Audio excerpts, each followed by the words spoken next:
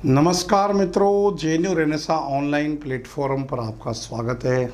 मित्रों, विद्यार्थियों के लगातार फ़ोन इस बात को लेकर के आ रहे थे कि सेकंड ग्रेड के जो अभी सिलेबस जारी हुए हैं तमाम विषयों के, उसमें हिंदी का विषय भी वरिष्ठ अध्यापक का जारी किया है, जिसमें कुछ बदलाव हैं।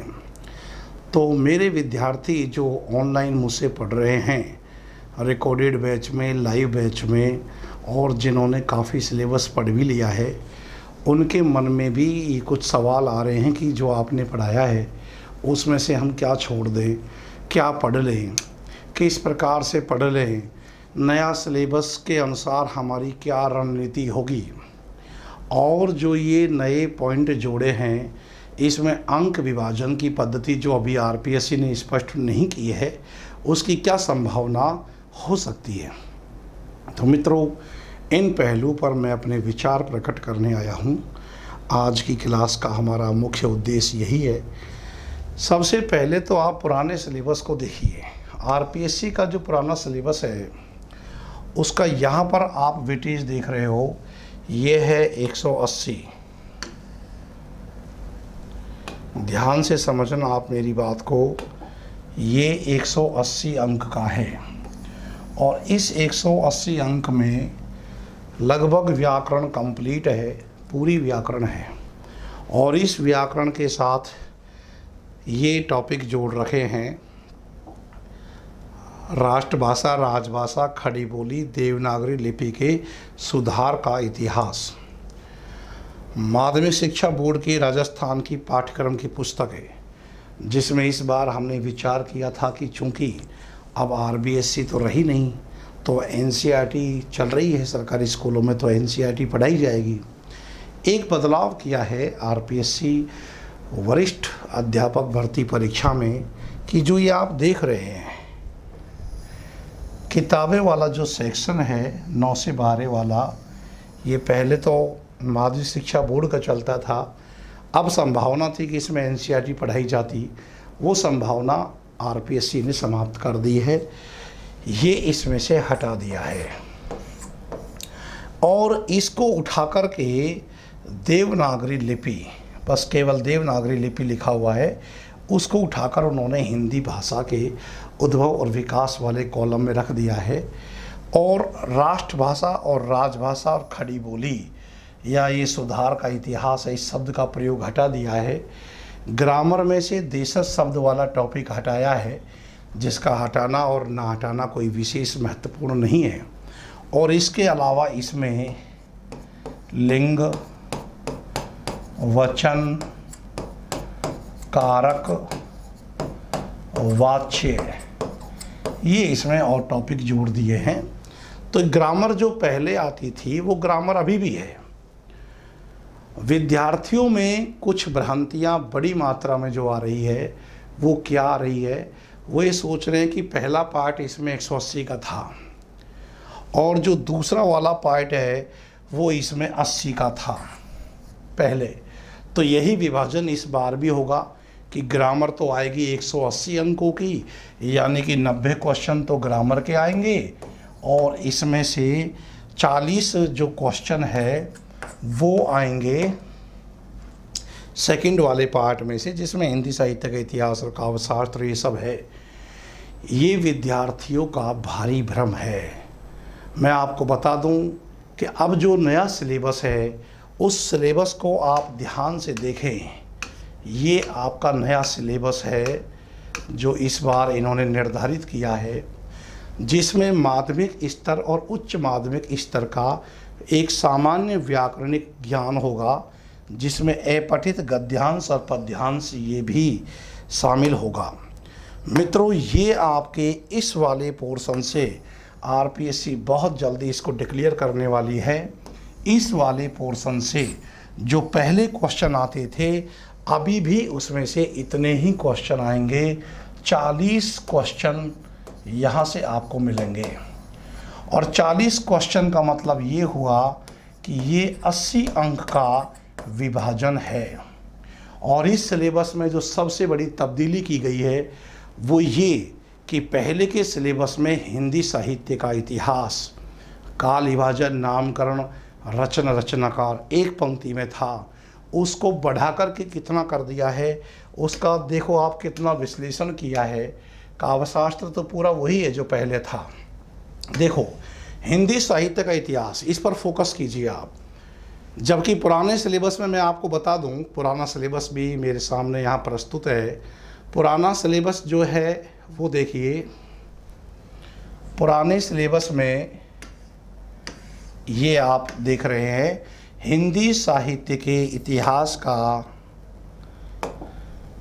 हिंदी साहित्य के इतिहास का नामकरण, काल विभाजन, प्रमुख प्रवृत्तियाँ, रचना व रचनाकार, एक पंक्ति, जो एक पंक्ति में दे रखा था। और इसी एक पंक्ति से भी 40 क्वेश्चन पहले परीक्षा में आते थे। अब इसी एक पंक्ति को बढ़ा करके क्या कर दिया है, अब आप वर्तमान वाला देखिए।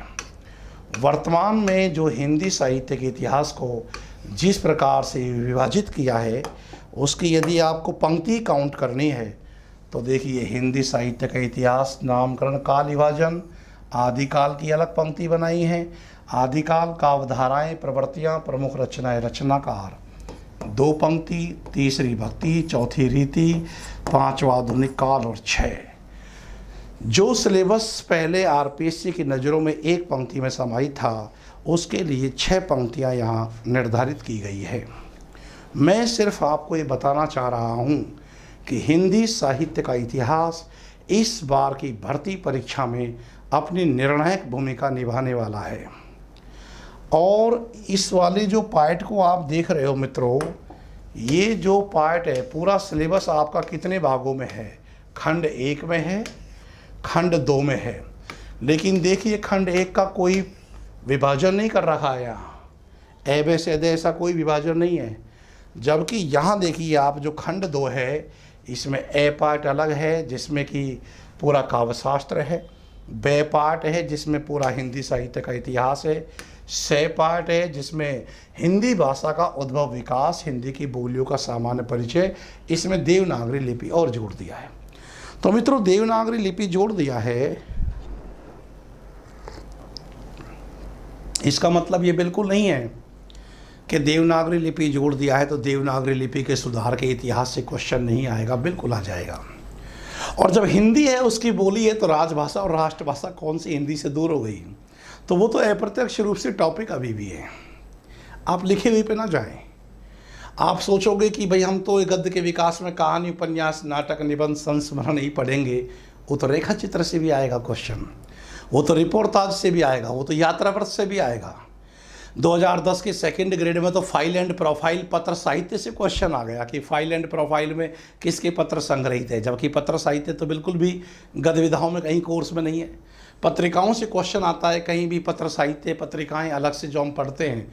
मित्रों, इस बार हिंदी साहित्य का इतिहास, उसकी प्रवृत्तियों को बहुत अच्छे से तैयार कर लीजिए, क्योंकि जो एनसीईआरटी के 25 क्वेश्चन आपके हट गए 9 से 12 वाले, समझो कि वो हिंदी साहित्य के इतिहास में आपके क्वेश्चन बढ़ चुके हैं। और इसी में से पार्ट हो गया, और इसी में जो महत्वपूर्ण निर्णायक रचनाएं हैं, जिसमें कबीर, तुलसी, सूर, मीरा, बिहारी, सूर्यमल मिश्रण, दिनकर, जयशंकर प्रसाद, शुक्ल, मोहन राकेश, यादविन शर्मा चंद्र जोड़ा है। इसमें असाध्य वीणा को हटा दिया गया है। इसमें से आनंद सर्ग को हटाकर जयशंकर प्रसाद के श्रद्धा सर्ग को जोड़ा है, और 3 नई कहानियाँ जोड़ी हैं। प्रेमचंद की पूस की रात, जो बहुत ही महत्वपूर्ण कहानी है। इसके अलावा हेतु भारद्वाज की पटाक्षेप नहीं होगा, उजाले के मुसाई, विजयदान देथा हिंदी के बहुत बड़े कहानीकार है, राजस्थानी साहित्य के भारतेंदु कहलाते हैं। हाँ, ये थोड़ी समझ में आने वाली बात कम है कि मोहन राकेश, निर्मल वर्मा, राजेंद्र यादव जैसे कहानीकारों को हटाकर हेतु भारद्वाज की कहानी लगाने का औचित्य क्या है, यह तो आरपीएससी जाने। ये हमारी समझ से भी बाहर की बात है कि ऐसी कौन सी आइडियोलॉजी का आप इसमें प्रवेश करवा रहे हैं।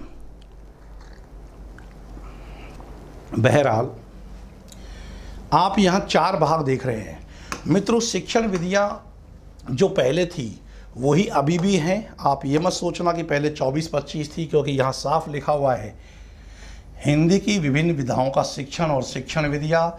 इसी में आपकी 24 शिक्षण विधियाँ आ गई। पाठ योजना निर्माण ये सब पहले भी था, अलग से इसको और बढ़ाया गया है, लेकिन इसमें से क्वेश्चन फिक्स है, आपके 20 क्वेश्चन ही आएंगे, यानी कि ये आपका 40 अंक का है। अब मित्रों एक लॉजिक वाली बात आप लगा लीजिए, हालांकि बहुत जल्दी आरपीएससी इसको क्लियर भी कर देगी, उससे पहले मैं आपको तमाम भ्रांतियों को दूर कर देता हूं। और बात यह है कि इसके खंड 1, खंड 2 और खंड 3, पूरा सिलेबस आपका जो सेकंड पेपर है हिंदी का, वो 3 खंडों में बटा हुआ है,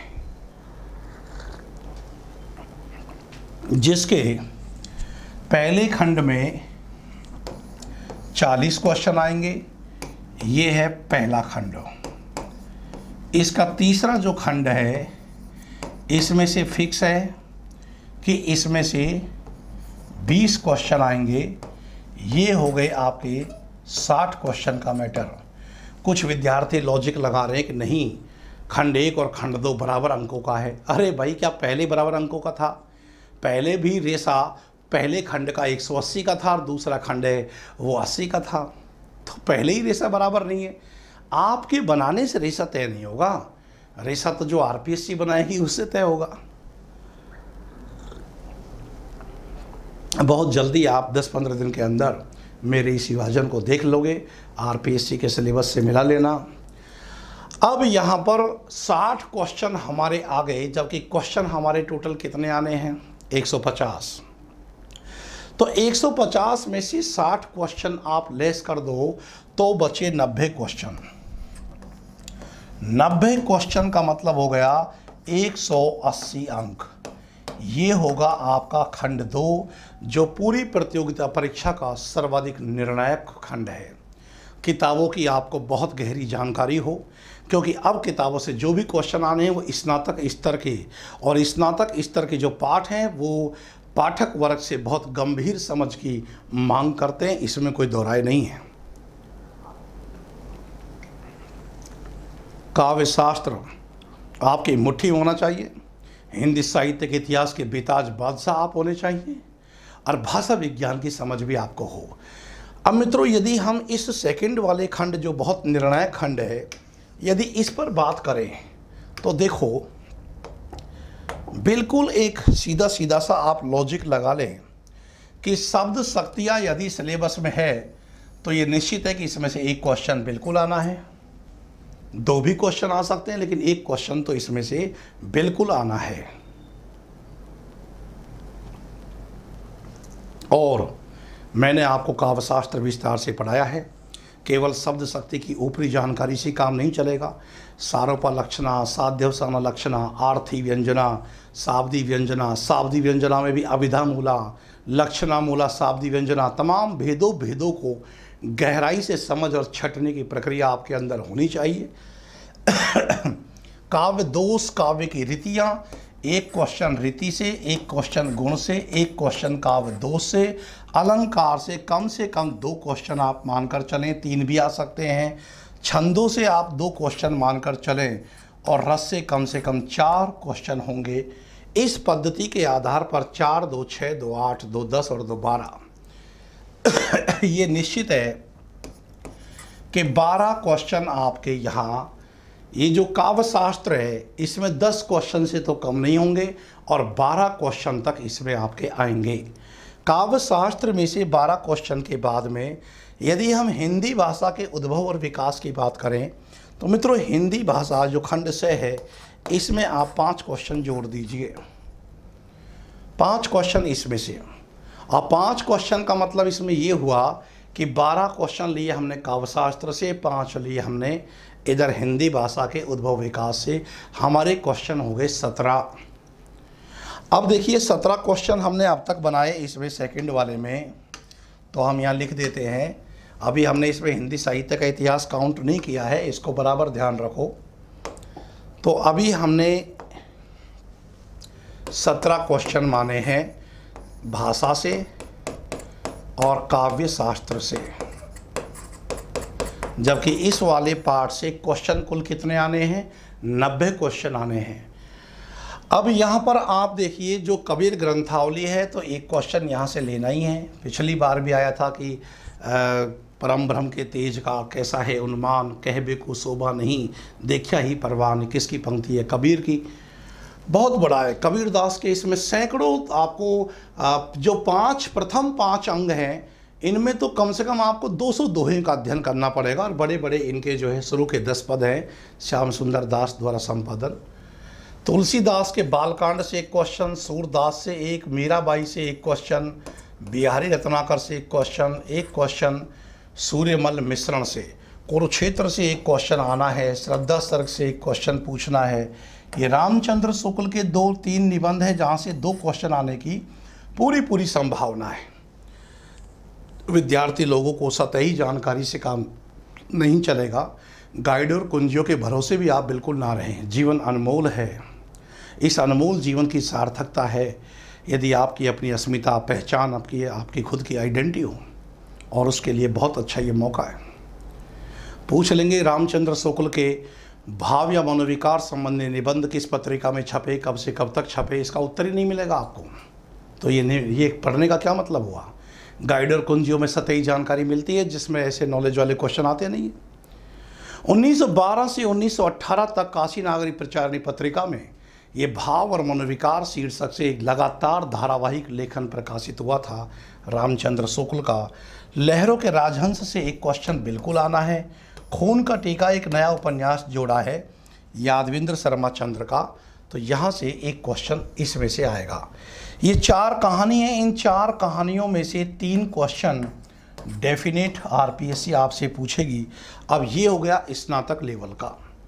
इसका मतलब ये हुआ कि 3, 4, 5, 6, 7, 8, 9, 10, 11, 12, 13, 14, 15 क्वेश्चन आपके स्नातक स्तर के पाठ्यक्रम से आएंगे। अब आप लगा लो 17, और इन 17 को भी बढ़ाकर खूब से खूब 20 कर लीजिए भाई।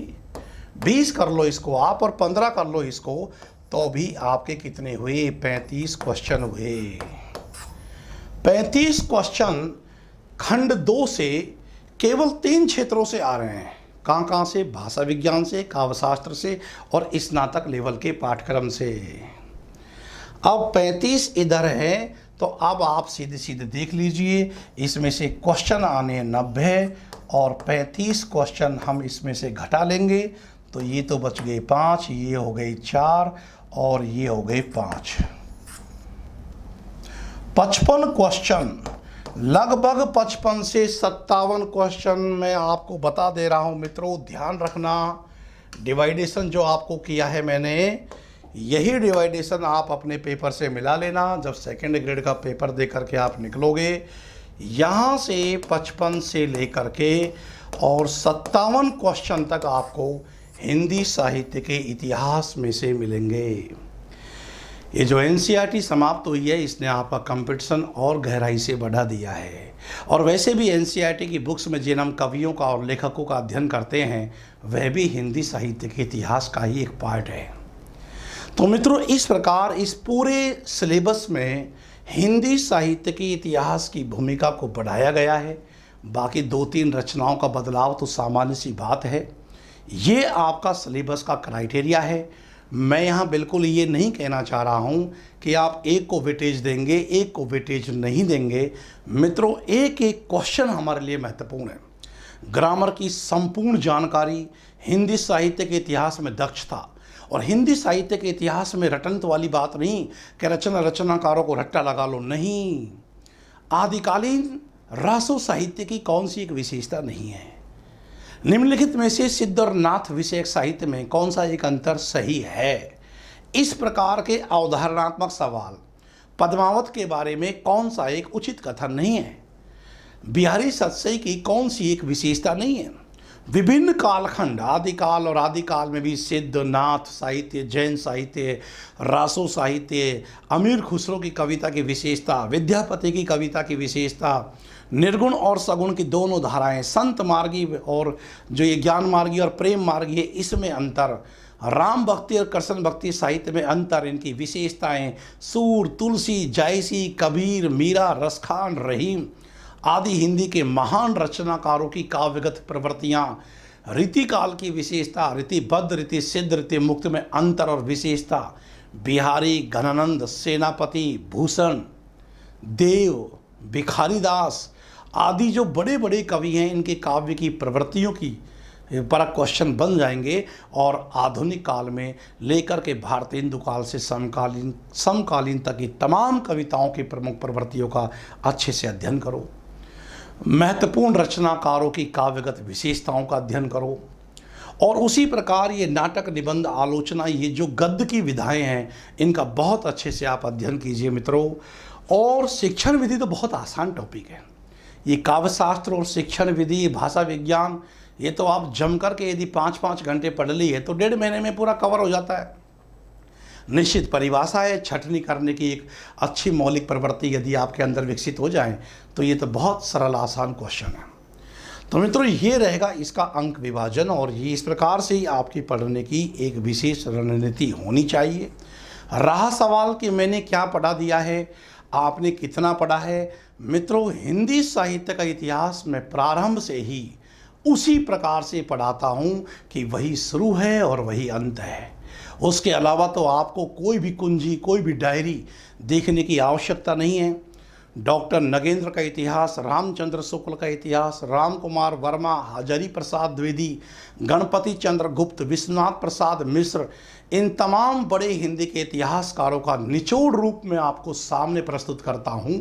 और तमाम प्रवृत्तियों का जो आपने अध्ययन किया बोर्ड के माध्यम से, उससे बाहर तो हिंदी साहित्य के इतिहास में सवाल पूछने की क्षमता आरपीएससी में नहीं है, ये मैं आपको साफ तौर से कह देता हूँ।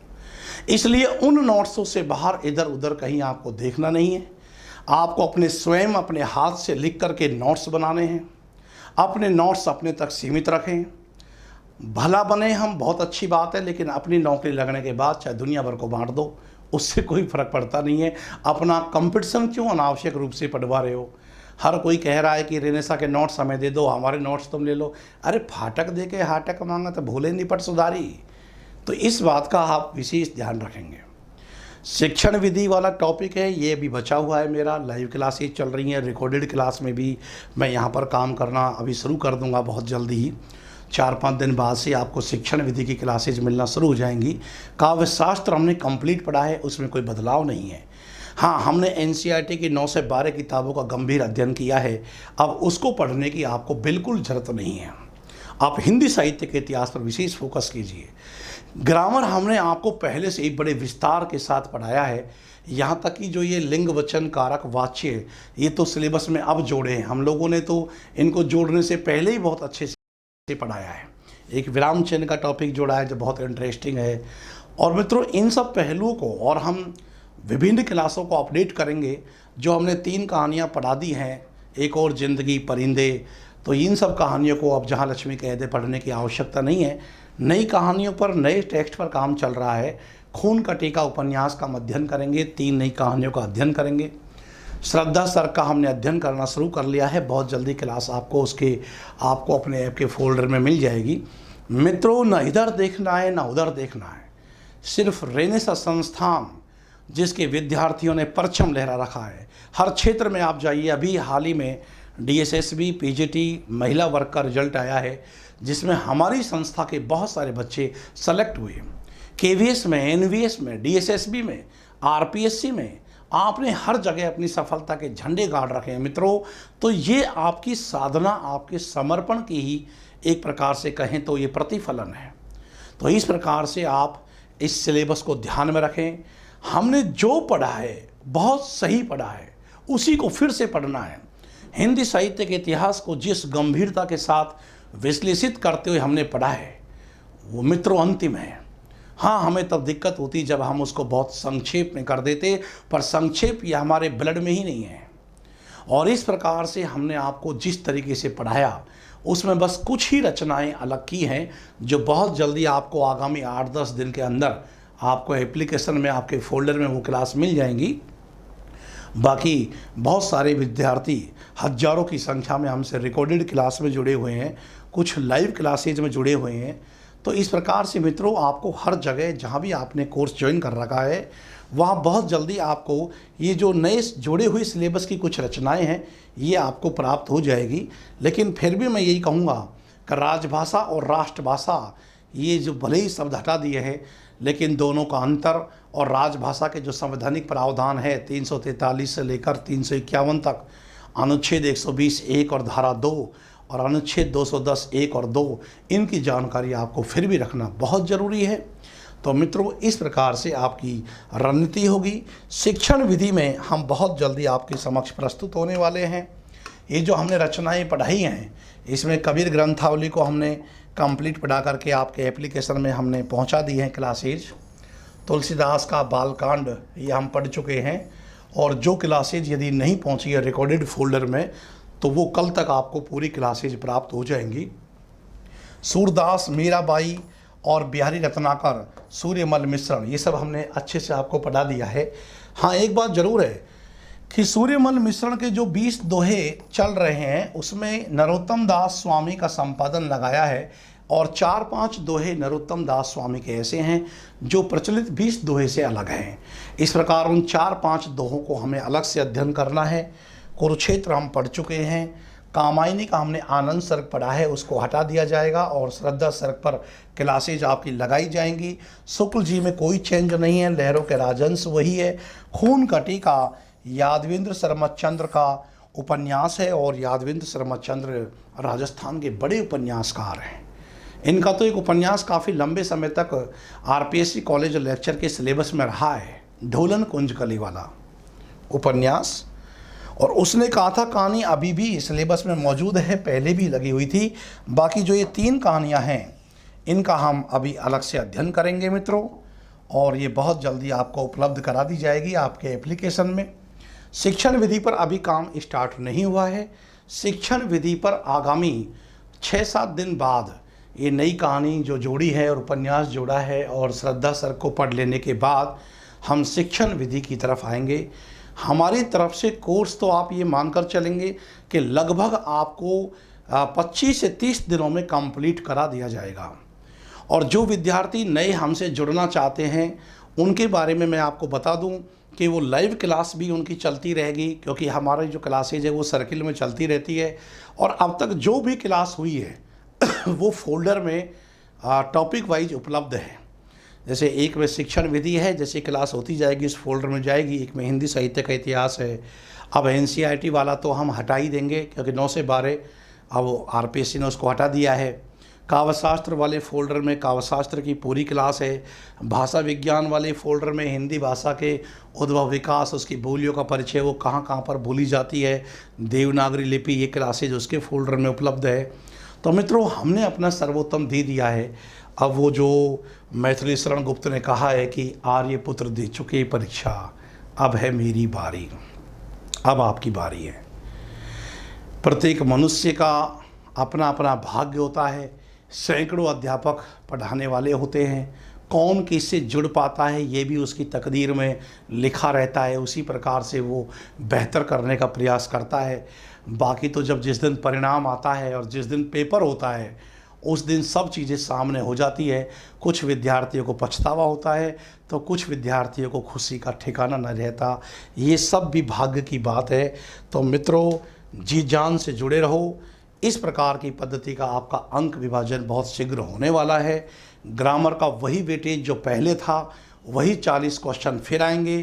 पूरा सेकंड पार्ट जो इसका खंड 2 है, जिसमें हिंदी साहित्य का इतिहास है, काव्यशास्त्र है, हिंदी भाषा के उद्भव विकास के साथ देवनागरी लिपि को जोड़ा गया है, और जो स्नातक स्तर के पाठ्यक्रम है, इन पर विशेष से विशेष फोकस आपका होना चाहिए मित्रों। तो आप एक ऐसी रणनीति बना लो कि 2 घंटे हम व्याकरण को पढ़ेंगे, 4 घंटे हम सेकंड पार्ट को पढ़ेंगे, और 1-2 घंटे का समय निकालते हुए शिक्षण विधि को भी देखते रहें। ये आपकी रणनीति होनी चाहिए। किताबों की बात करें तो मार्केट में किताबों की भरमार है, किसी का भी ले लो। अब 4 इतिहास ग्रंथ भी लेकर बैठ गए तो 1 साल से पहले तो वही नहीं पढ़े जाएंगे। अब उतना टाइम नहीं है। जो आपने नोट्स बनाए हैं, और मेरे विद्यार्थी जिन्होंने मुझसे क्लासेज ले रखी है और अपने नोट्स बना रखे हैं, वो उन नोट्सों का बार बार रिवीजन करें, क्योंकि उनके नोट्सों से बाहर तो आज तक ना कोई सवाल आया है ना आएगा। ये आत्मविश्वास के साथ मैं कहता हूँ। ये हमने कॉलेज सहायक प्रोफेसर में भी सिद्ध किया है, और ये तो सेकंड ग्रेड फर्स्ट ग्रेड के बहुत छोटे एग्ज़ाम हैं मित्रों। इसलिए पूर्ण आत्मसमर्पण का भाव रखकर अपने नोट्सों में डूबे रहो। आपको मैक्सिमम क्लास मिल चुकी है, बहुत शीघ्र इस महीने में आपका ये एक राउंड पूरा हो जाएगा। ये शिक्षण विधि और तमाम चीज़ें आपको मिल जाएंगी। आप बहुत अच्छे से तैयारी कीजिए। हम बहुत बेहतर स्थिति में है कि अभी एग्ज़ाम होने में कम से कम 4 से 5 महीने का टाइम हमारे पास बचा हुआ है और उससे पहले पहले हमने सिलेबस को कवर कर लिया। जो हमारे साथी बाद में जुड़े हैं उनके पास भी क्लासेज उपलब्ध हैं, वो कोशिश करें कि ज़्यादा से ज़्यादा क्लासेज अपने नोट्स बना लें। नोट्स बनाओ मित्रों। मैं देखता हूं कि एक विद्यार्थी दूसरे विद्यार्थी से नोट्स मांगता रहता है। नोट्स मांगने से काम नहीं चल रहा। बात ये कि जब आप खुद अपने हाथ से लिखते हो, जब मैं हर चीज़ को बोर्ड पर लिख रहा हूँ, मैं लिख ही इसलिए रहा हूँ क्योंकि आप भी मेरे साथ साथ लिखते चलो, सुनते समझते चलो। यदि केवल नोट्सों से ही पढ़ाना होता तो व्याख्यान दे देता मैं सीधे ही, बोर्ड पर लिखने की क्या आवश्यकता थी और आपको सीधा PDF में नोट्स सेंड कर देता। लेकिन नहीं, वो तरीका उचित नहीं है। जब मैं यहाँ खड़ा होकर एक एक पॉइंट को बोर्ड पर विश्लेषित कर रहा हूँ, लिख रहा हूँ, समझा रहा हूँ, तो ये आपकी नैतिक जिम्मेदारी बनती है कि आप आलस्य में न आए, समय निकालें। नहीं है तो निकाले। 6 घंटे से कम समय निकाल पा रहे हो तो बहुत गलत राह पर हो।